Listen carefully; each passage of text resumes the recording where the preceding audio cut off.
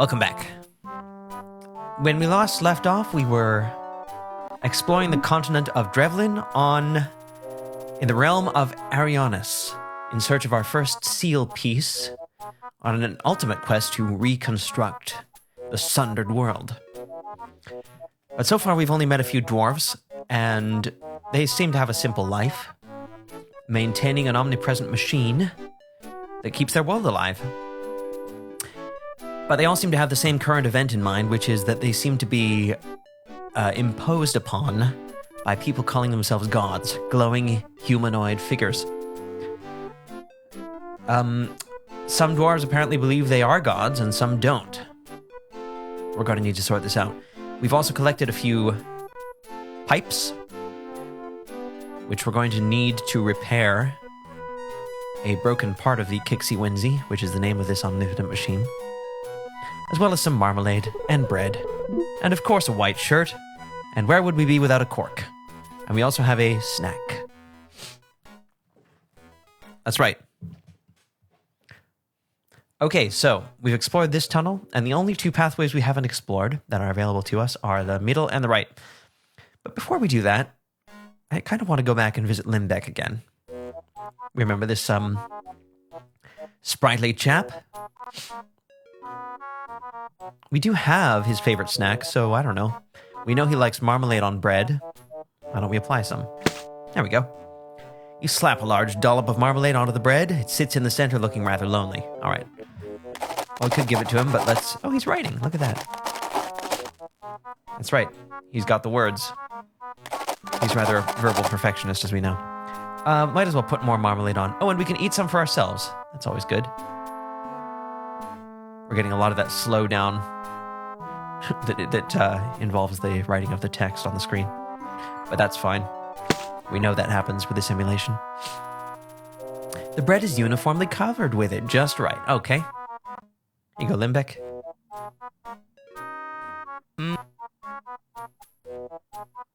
Limbeck accepts the bread and gobbles it down. Just right. I think we were supposed to hear him say that, but we didn't. I wonder if the game is having a harder time than it usually does. Let's talk to him. Hello again. How can I help you? Seems like he's doing fine. That's all. I have to go. Very well. I must get back to my speeches. Feel free to look around. He's such a likable character.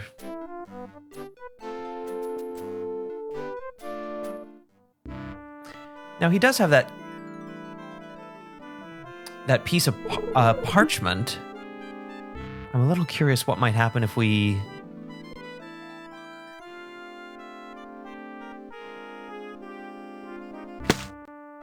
Yeah, we're really being sluggish here. I'll restart the game if we really have problems with it.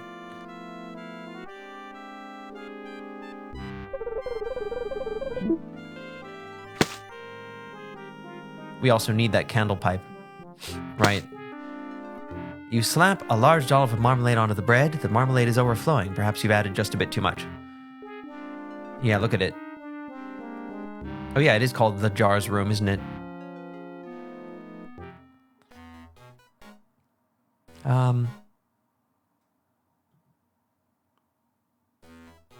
Here, Limbeck. Drat! Now I'll have to start over. Without looking up, Limbeck accepts the bread and gobbles it down. The mountain of marmalade drips everywhere, even on the parchment before him. He throws the parchment to the side, selects another from the nearby pile, and again begins to write.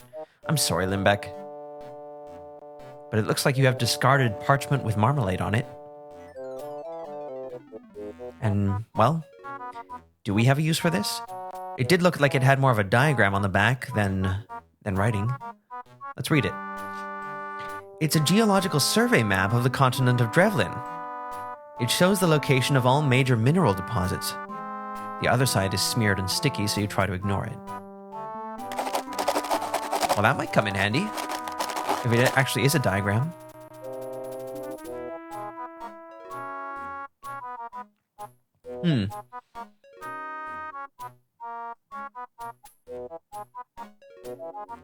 Well, let's go through another route. Let's go for the middle this time. Aha. Lexi says if it gets on everything, we might need to help him clean up. As well as, I like marmalade, I haven't had it in a while. Yeah, I haven't had it in a while too. It's orange jam, basically, isn't it? With spices or something? Here we are. This is a workstation of the Kixie Winsey. Obviously the job isn't too tough or this dwarf wouldn't be asleep. But there appears to be a glowing figure. It has orange peel inside also, right. Orange peel seems like a luxurious ingredient. Probably why it's featured so often in stuff. Let's see if we can inspect this guy without tipping him off to anything.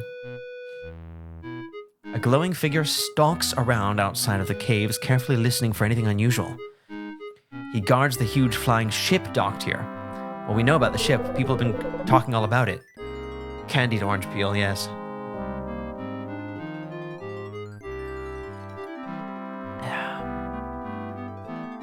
Hopefully Limbeck is at least enjoying some of it.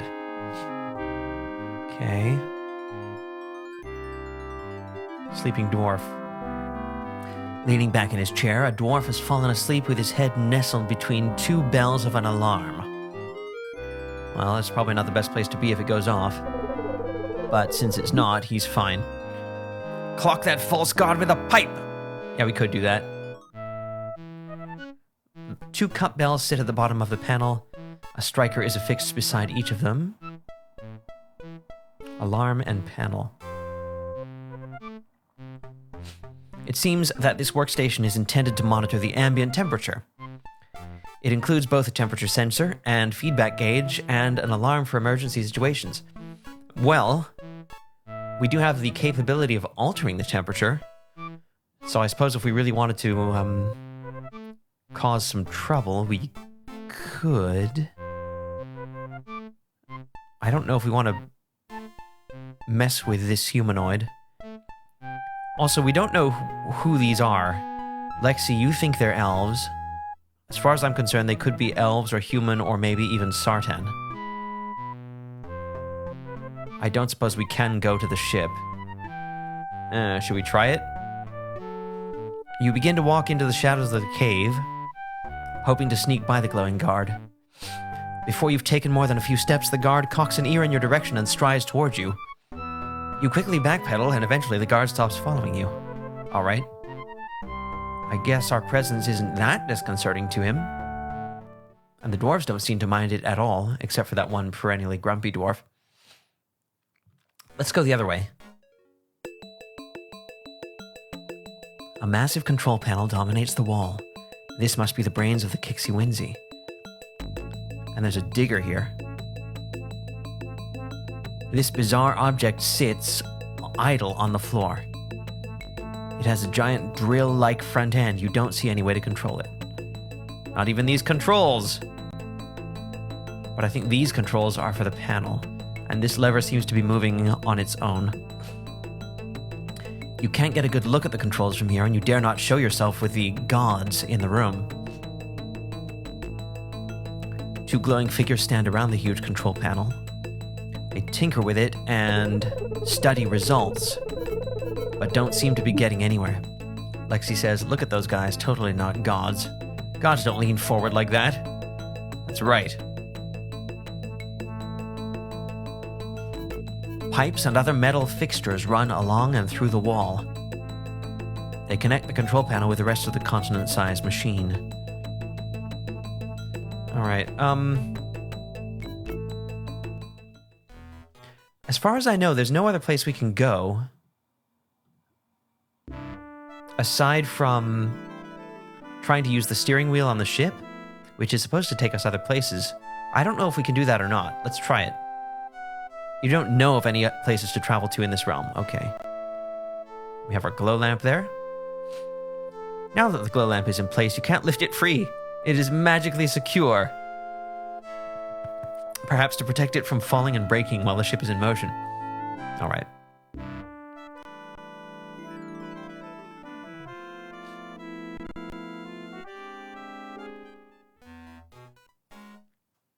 So we need the pipe, but Limbeck would like something to replace his candle first. I don't think we're ready to give him anything.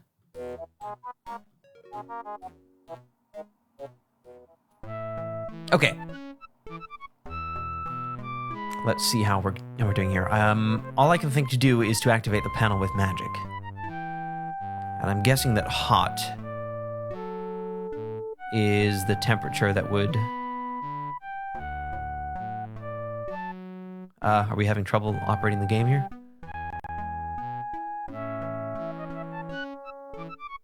Look at the dock. That's just this area. Okay.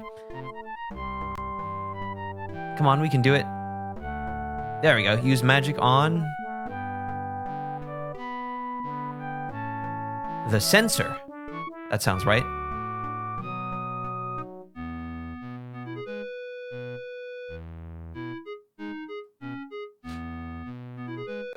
Let's cast heat on it.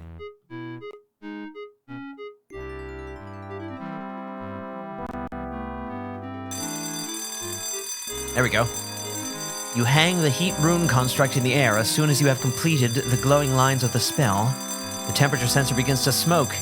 The gage's needle jumps into the danger zone and the twin bell alarm sounds. This rudely awakens the sleeping dwarf, who immediately panics. The commotion attracts the glowing guard, who is covering his ears in pain. He screams at the dwarf to stop the alarm, but the dwarf appears as helpless as the guard. 10 points. All right. Let's get over there. Whew.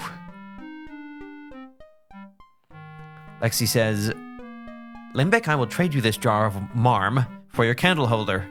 Think of it, man. By controlling the marmalade supply, you and Jar become true equals. I wrote you the argument to get to the candlestick. I see. Yeah, that's not bad. Okay, we've made some progress here. You find it quite easy to sneak by the guard while he is busy trying to get the alarm to stop. The ship's deck overlooks the dwarven caves.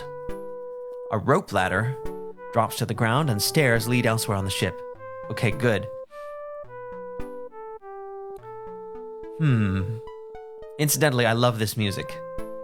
It's just music for standing around on a ship. It doesn't need to be very interesting, but it has a whole melodic flavor to it. Just simple melodies. This guy's so good at them. Better pull that ladder up. If I know anything about gods, they can't fly. We can climb it. Can we take it?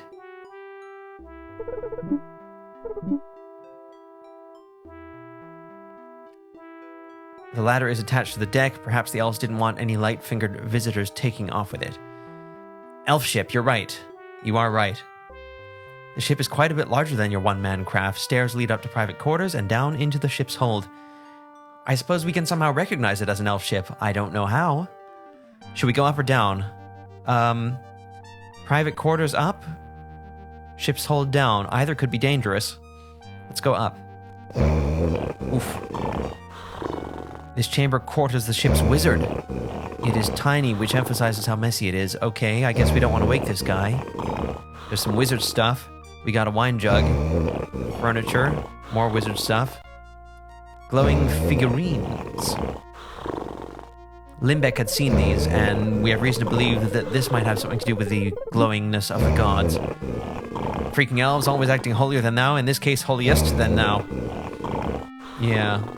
Let's look at him. The ship's wizard lies sprawled on a cot, snoring away. With every exhalation, you smell the strong odor of wine. Okay, we have the option to wake him, but I don't think we're going to try that.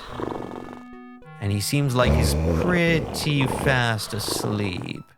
Let's look at these figurines. There are 3 figurines, all of them are miniature elves, and they all glow brightly. Elves is looking pretty good. I'm not going to pipe him.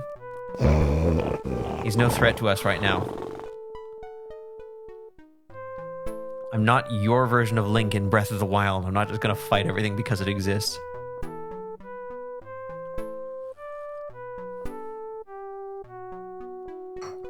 Okay, let's go downstairs. Captives! Slaves in this room power and guide the ship with the help of magic provided by the ship's wizard. How do we know that? Maybe that's an inference. He's a wizard, Harry, and you barely know how to heat your frozen dinner with magic. That's right. We need to remember our lost patron magics. These slaves are the first you've ever seen of the mensch race called human. And you're a little taken aback by the similarity they have with your own people. Aside from their mongrel hair colors and their lack of heart runes, humans appear almost identical to patrons. I'm not piping him. You might even be able to pass yourself off as one of their kind. All right, then.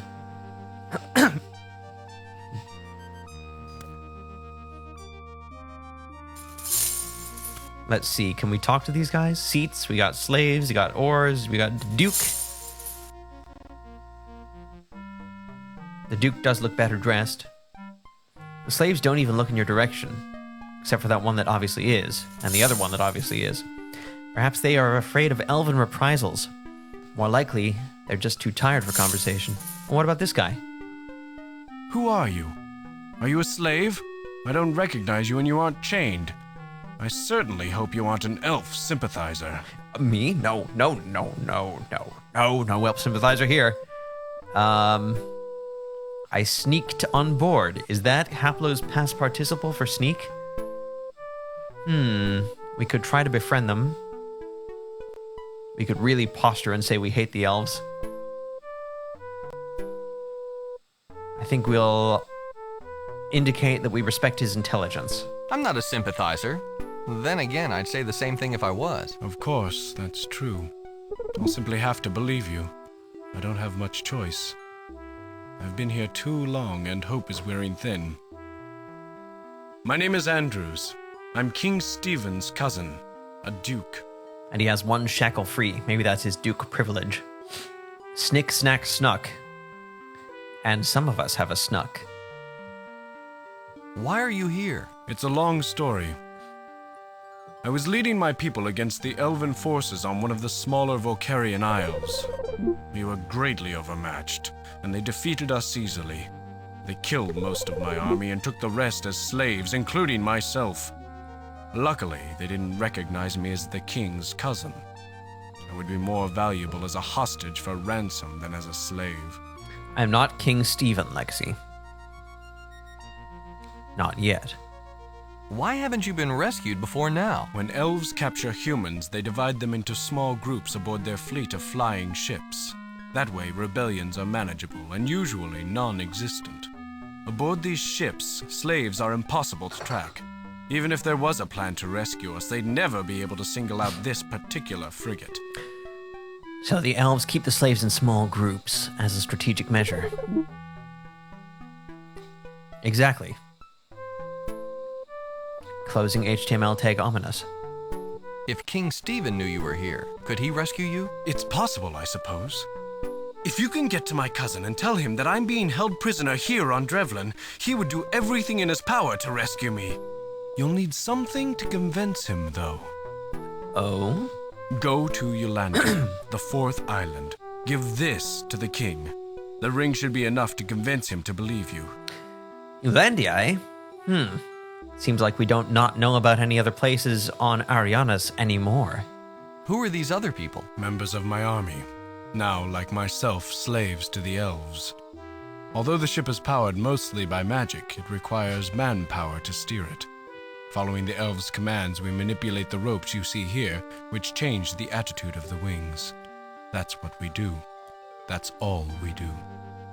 What's the story behind these gods? Drevlin is important because the Kixi Winzy, as these dwarves call it, pumps out water as a byproduct to whatever else it does. Water is scarce throughout the realms. In order to control this water source, the elves have convinced these gullible dwarves that they are gods.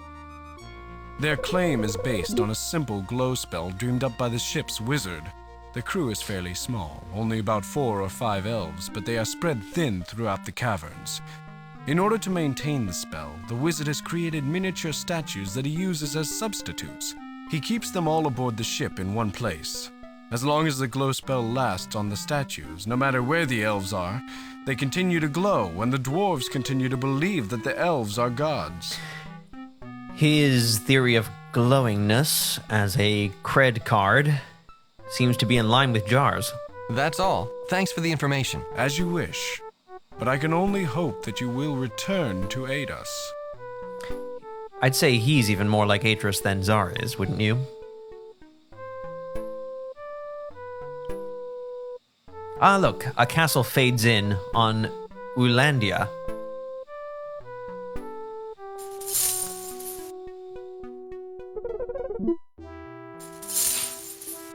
He's Atresy, but he doesn't have the gritty voice. Ah, my friend, you returned.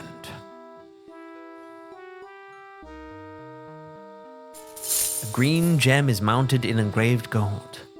The royal seal surrounds the stone. Can we wear this ring? Slide the ring onto your finger and admire it for a few moments, then remove it. One shouldn't presume too much. But he's not obsessed with books, though he is sending you to save people. Yes, exactly.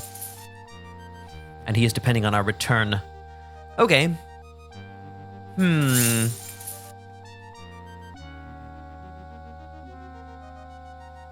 Well, we've explored the ship. Ah,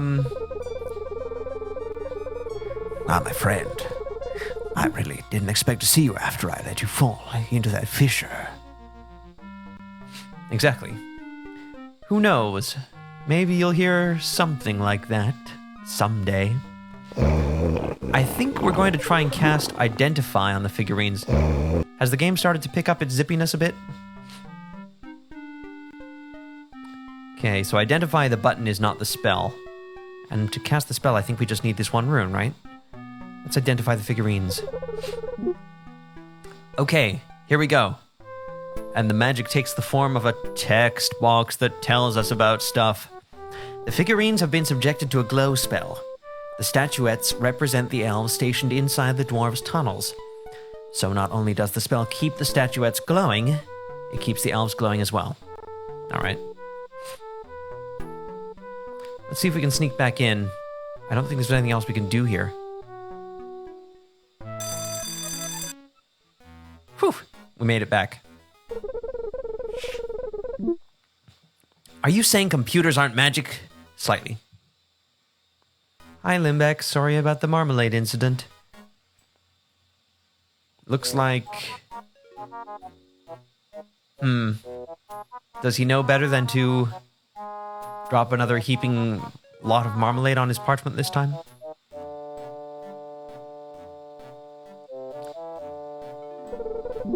Hey, Limbs. Alright, well, we definitely have a new course open to us now. We can visit the continent... The continent of Uylandia. Let's head there. King Stephen's Castle. We can go straight there. Awesome. Is this guy gonna like that we're here? We at least have the ring. That's good. Off to the north, you see a splendid castle, although it is built more like a fortress. Okay. So, I've really had to do some manipulating to get saving to work in this game. I'm going to attempt... I thought I saved twice yesterday. Once in the middle, once at the end. And I could only find one of those files at the end. Fortunately, it was the last one. But I'm going to attempt to save no matter what.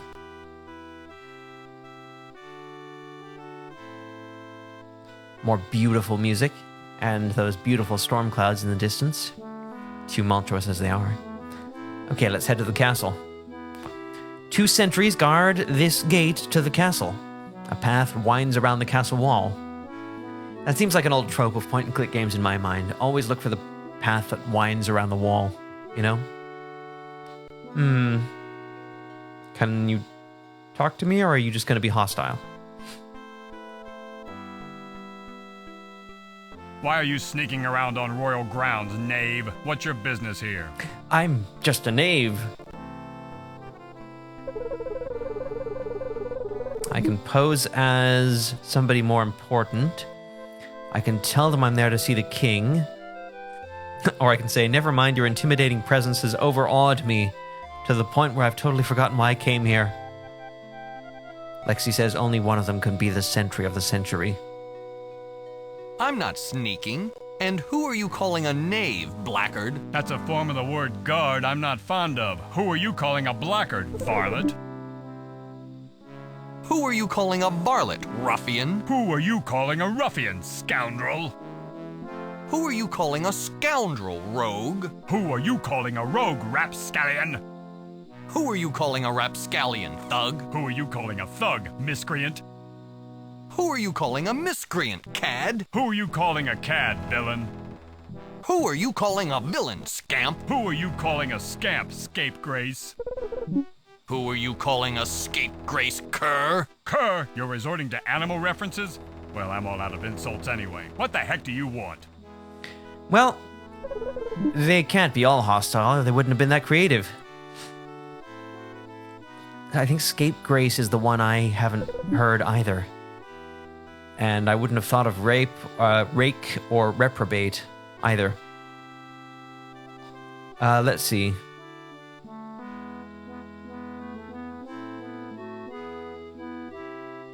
Let's be honest. I'm here to see the king. Would you tell him I'm here? You and everyone else in the kingdom. Now, if I start making special trips to tell the king you're here, I'll have to do it for everyone else. If you had real business with the king, you'd have an appointment. Now just turn around and go back the way you came.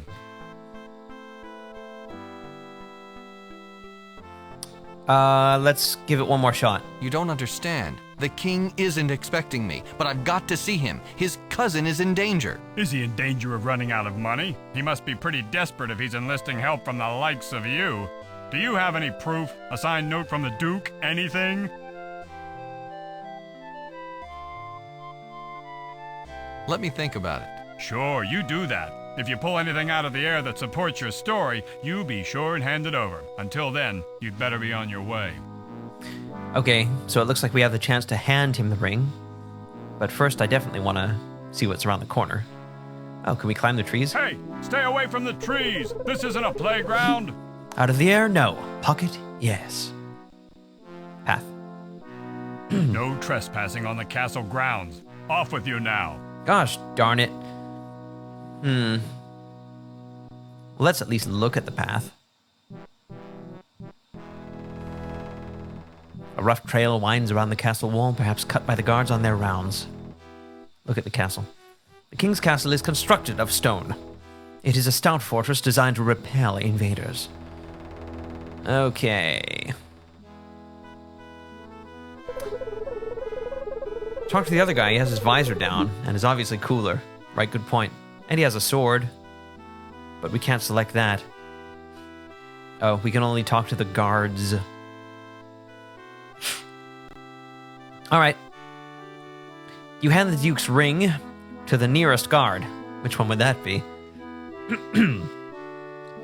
He examines it carefully, then eyes you with suspicion. Somewhat forcefully, he offers to escort you inside. It doesn't seem that you have much choice. Soon you enter the royal throne room. You stand in front of King Stephen himself. Once a renowned warrior, he is older now, but remains a powerful and formidable man. He shuns royal robes in favor of battle armor, as if he's ready to lead his troops to war at any second. He sits comfortably on the throne and looks at you with a light smile. Beside him hovers a brown-robed wizard. He casually introduces himself as Trian, the royal magician, but at the same time he watches you warily. That might be Trian, I'm not sure. Trian, I think I remember as a significant figure in the books. I don't know how much attention he gets in the game, but he is at least explicitly called out here. What do we have here? A brigand who's stolen my cousin's signet ring? Someone who has kidnapped the Duke? What do you want from me, ransom? I must warn you, I don't deal with traitors to the crown. It's hard to talk business with someone who's missing a head. Now that we've dispensed with the preliminaries, tell me why you're here. This guy postures. Lexi says, man, Stephen looks royal as heckies. That's how I know it's you. Nothing now, thanks for your time. No, we could be a little sarcastic about it. That last one is fun, but let's, again, not push things here. Your cousin gave it to me to substantiate my story.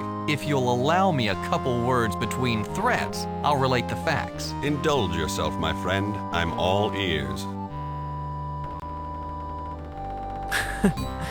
Some more flowery options. Well, it's like this. You explain Duke Andrews is rotting in the slave galley on Drevlin. You are quick to add that you can't guarantee how long the ship will remain there. You suggest that the king send his forces to rescue the Duke immediately. Friend now. Exactly. I appreciate the information, but there's little I can do. Drevlin is the elves' main source of water. They guard it jealously. My armies wouldn't make it anywhere near the ship that Andrews is trapped aboard. Well, he knows which ones to play, and he knows when to back down, apparently. There is another way. If my cousin is out of the elves' clutches, we will be able to free him. Somehow you have a way to get in and out of Drevlin undetected. Return there, get that slave ship to lift off, to go back to the Tribus Empire. I don't know how, but you must do it. The Tribus Empire, that's where it comes from? Drevlin is the dwarves' main source of home. It is true. So, the king wants us just to get the ship to take off, and then he thinks he might be able to take care of the situation. Their ships traditionally follow a route through space that I control. We will set an ambush for it. As soon as we see the frigate, we'll box it in. Those ships are usually manned by skeleton crews. We shouldn't have any trouble wresting control.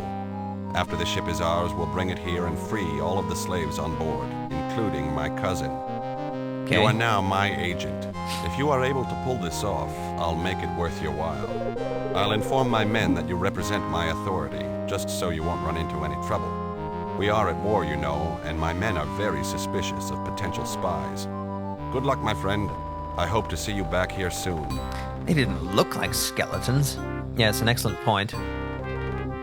All right, we managed to work our way into his good graces. The guards, a little less roughly this time, escort you out of castle and back to the main gates. Now can we go down the path? Yay! A window in the castle wall is covered by a warped wooden shutter. Bushes and trees have overgrown the path. He didn't even give us a sword or anything. Well, apparently we're welcome to whatever this is. It appears to be a shear. Everyone's being a real actress around here. Exactly. You take the shear. All right. Trees.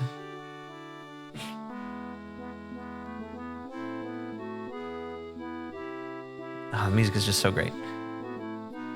The King's Forest is comprised of a combination of wild and cultivated trees. You scamper up the nearest tree, scrape your knee, bang your head, fall down on your backside, all in all, the experience you were hoping for. Just like childhood in the labyrinth, where that would probably kill you.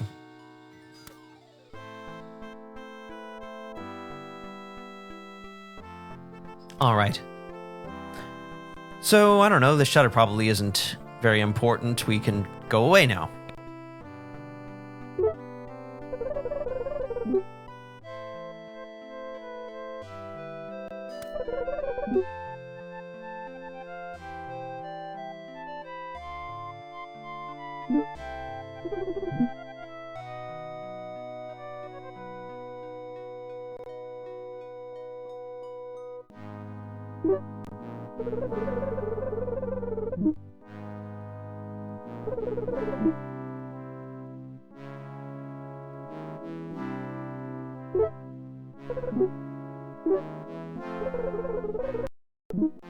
All right, I think we got it fixed. Sorry about that. Zenkoth, you crashed logic. Hello, welcome, now that I can talk again. Make yourself comfortable if you wish. We're playing a legendary game. You'll get the idea in no time, I'm sure. All right, can we break our way into this thing? Oh, I'd have to be holding the path before we can put it on the shutter. Yes. All right.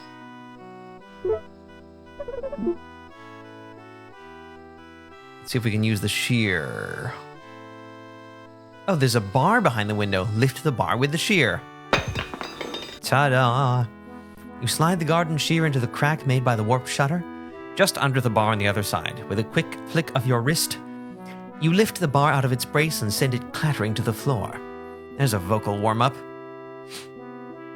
Open it and go through. The shutter creaks protest as you swing it open on its worn and rusty hinges. As you start to swing open the shutter, you see someone enter the room beyond. You close the shutter to its original position to watch the approaching figure through the crack. When he gets further into the room, you recognize him as Trian, King Stephen's royal wizard. Trian walks up to a tapestry hung on the wall and, with a fluid expert motion, weaves a rune construct in the air. So he's using our kind of magic. The spell sinks into the tapestry and somehow changes the image. It looks perhaps a bit more real than it did before. Trian then walks right into the picture, becomes part of it. He speaks with another figure inside, an elf prisoner in a dungeon, and then departs, both the tapestry and the room. Immediately, the tapestry fades back to a dull imitation of reality, no longer a doorway into another world.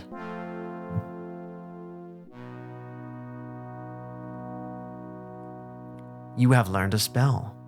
Because any spell we can see someone casting, we can cast. All right. One moment.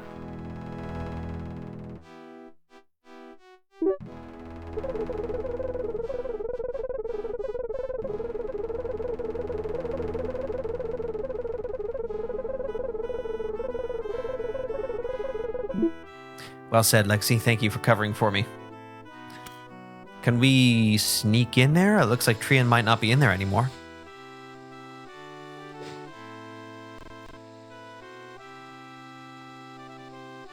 Enter the window. It's no longer go through. You slip through the half-open shutter and into the chamber beyond. This living chamber is reminiscent of a library. Obviously, it belongs to someone of learning. We think we know who. Oh, and look, I think I already see a nice candlestick. Yoink! That's a much nicer candle holder than what Limbeck had. What else we got? Furniture. Tasteful and expensive. Good, good.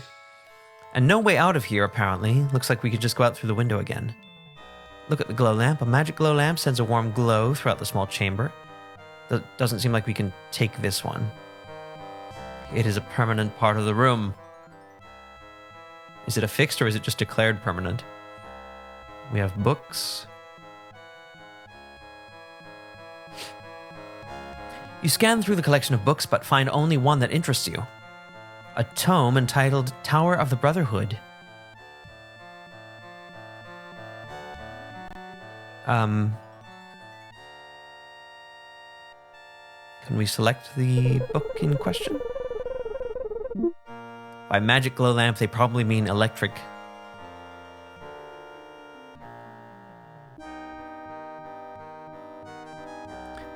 Let's see if we can take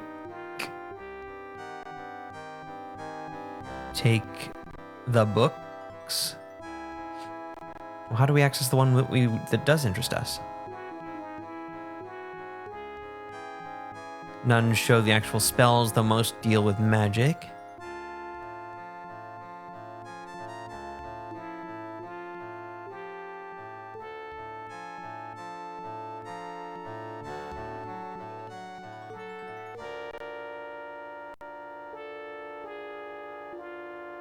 I want to know what that remark about the Tower of the Brotherhood was about. Do you see anything suspicious here? What about open the books? Oh, wait a second. We already took the book that interests us. That's why it's in our inventory. Glad I spotted that. Well, shall we read in this room? Only the guy stealing people's candle holders. Right.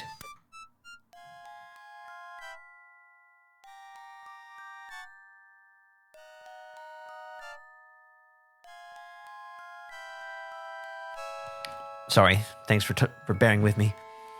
Okay.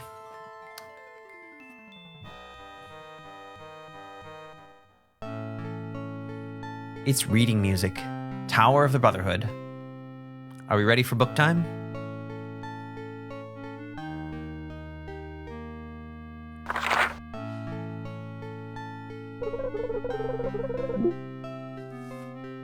That's right. Didn't last quite as long, but yes, it did take me a sec. The Mysteriarchs. At the risk of sounding immodest, no test. That's the mic this time, sorry. Let's start over. At the risk of sounding immodest, no society of wizards since the ancient Sartan has gathered more knowledge or commanded such power. We are unequaled. Indeed, other wizards have begun to view us as a threat. Because of this, and for other reasons as well, we have decided to move into the High Realm. There we will be able to focus our attention on learning. We will be free from the petty concerns that dominate the minds of those who have enslaved themselves to war.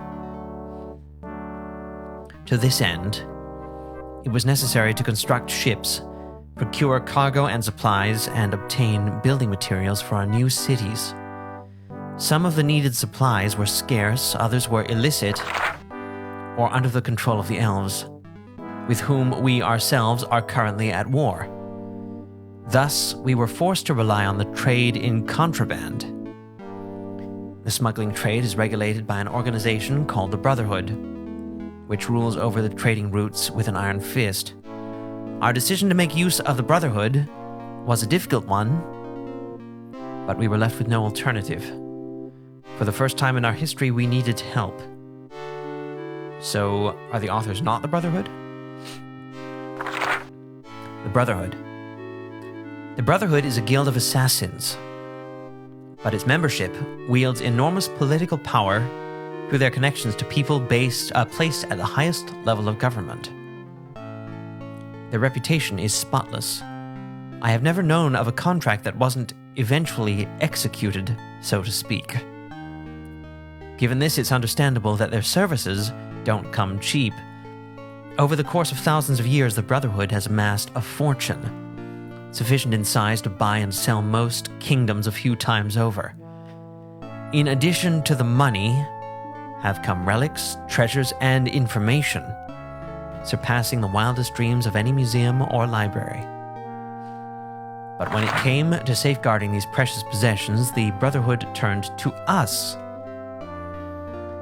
They sought our assistance in the creation of a magic fortress in which their operations could be centralized and their treasures stored.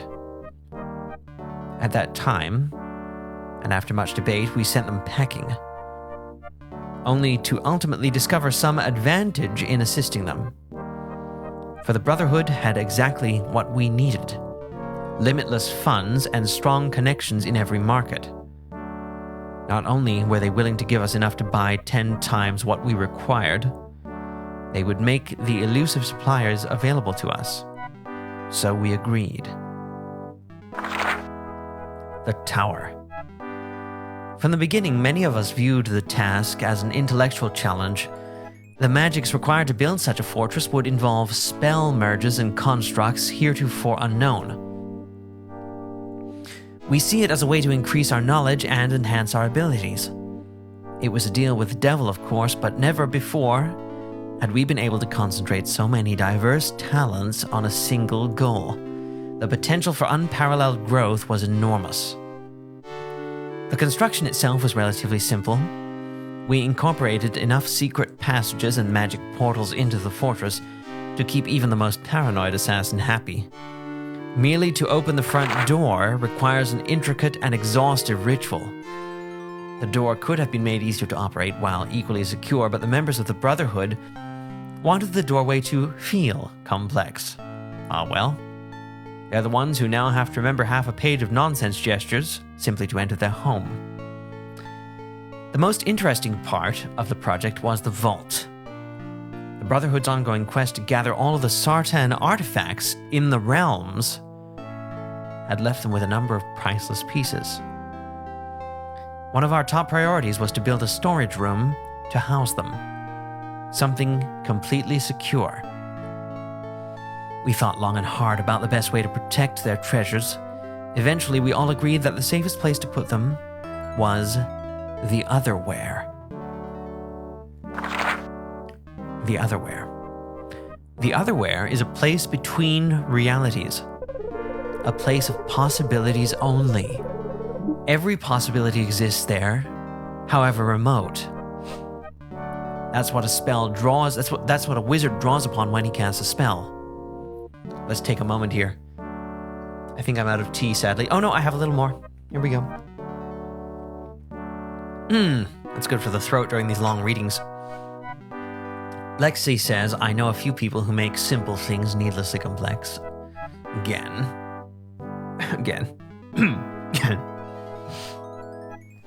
Indeed. Also, I enjoy that the words the otherwhere occur 3 times in a row in quite different contexts in the book. Anyway, it appears that we are encountering another account of how magic works. This system that I do so enjoy in this game. Even comes with an example, not Czar's, of course. Say, for example, that he wants to create light in a dark room. In the otherwhere, the possibility exists that the room is already lit. With a spell, he bends this possibility into this reality until the room is lit. All magic is merely the changing of reality by capitalizing on a possibility that already exists. Every creative idea exists there. When an artist dreams of something new, he makes a pocket in the otherwhere that holds his idea. The possibility that it exists in this reality, however remote, is never nothing. Every painting, every picture is a window into the otherwhere. It was this property that we decided to use. Specialized magic allows us to put real things into the otherwhere and summon them out again. The simplest form of this magic is the Create Reality Pocket spell. Although the name is a misnomer, it does not actually create a reality pocket. It merely causes a picture to become a bridge or passageway to the pocket that already exists inside the otherwhere. Many wizards already use this spell to store items inside the otherwhere, using a painting large enough to walk through. The Brotherhood's vault was designed to function as a step beyond this. The vault. We constructed a special chamber in the tower called the vault. Most of the room, all except a platform in the center, was intended to house the Brotherhood's treasure. The platform was to serve as the room's safe area, the place where the complex spells were going to be cast, and eventually from where the treasure would be summoned and banished. The chamber was filled with the treasure, and 5 Mysteriarchs took to the platform. Working in concert, they magicked a portal to the otherwhere. Unlike the simple Create Reality Pocket spell, this portal was permanent. Everything in the chamber, not upon the warded platform in the center, was transported into the otherwhere. Naturally, the Brotherhood wanted to be able to retrieve that treasure, and they lacked the magic ability to summon it back themselves, so we created a link in the spell, a set of key crystals. While these crystals are in place, they break the spell, much like a hand can interrupt a beam of sunlight. Everything previously banished to the otherwhere will materialize and remain until the crystals are removed. We constructed a pedestal inside the warded platform. When the crystals are placed on this pedestal, they will unlock the spell and summon the treasure. Lexi says, I love the page-turning sounds. Yeah. Very much like Mist, actually. This is yet another game, and we have seen a few of them lately, haven't we? With books in-game, obviously. I'm so glad I respect their style, whatever it is, but I'm glad I'm not one of those people who finds a book in a game and says, oh, this is just reading. I think I'll just skip through all this, you know? Hello, Spider-Faced. You are welcome to be on a first-name basis if you want. That involves a little setup by me between sessions. Please send me a direct message if you want to do it. Otherwise, I will refer to you by your username. And welcome. Please make yourself comfortable if you wish. We are in the middle of a great, great game. Don't know if you've seen it before. This is Lexi. And Lexi, this is an old colleague. Let's see. Where were we? The bottom of the page, I think. Excuse me. The Brotherhood found this solution acceptable but decided to add a further level of security as well. The treasure chamber was hidden behind a wall covered with carved handprints. Each handprint was inlaid with a different material, usually gemstones, to distinguish them from each other. When these handprints were pressed in a certain order, the wall would open. Pressed in a certain order. Gemstones in a certain order, huh? Sounds great. We constructed the wall based on their specifications and made some further recommendations. The correct sequence that would open the wall did not have to be the same all of the time. We added a method to change the sequence based on the time of the month. Gemstones in a certain order relevant to months, eh? Hi, Lawful. Yes, it is a bit evocative. The very place we find ourselves is evocative of a number of games, in fact, I should think, and we've been enjoying referring to them. Of course, we left the actual entry codes up to the Brotherhood. They wanted the entry codes to remain a secret even from us. Makes sense. The Brotherhood trusts no one. I believe that had they been powerful enough to eliminate everyone associated with the construction, they would have done so. Only the fact that we intended to leave the mid-realms made the Brotherhood rest easy. I surmise that if they knew that this text existed, they would stop at nothing to destroy it.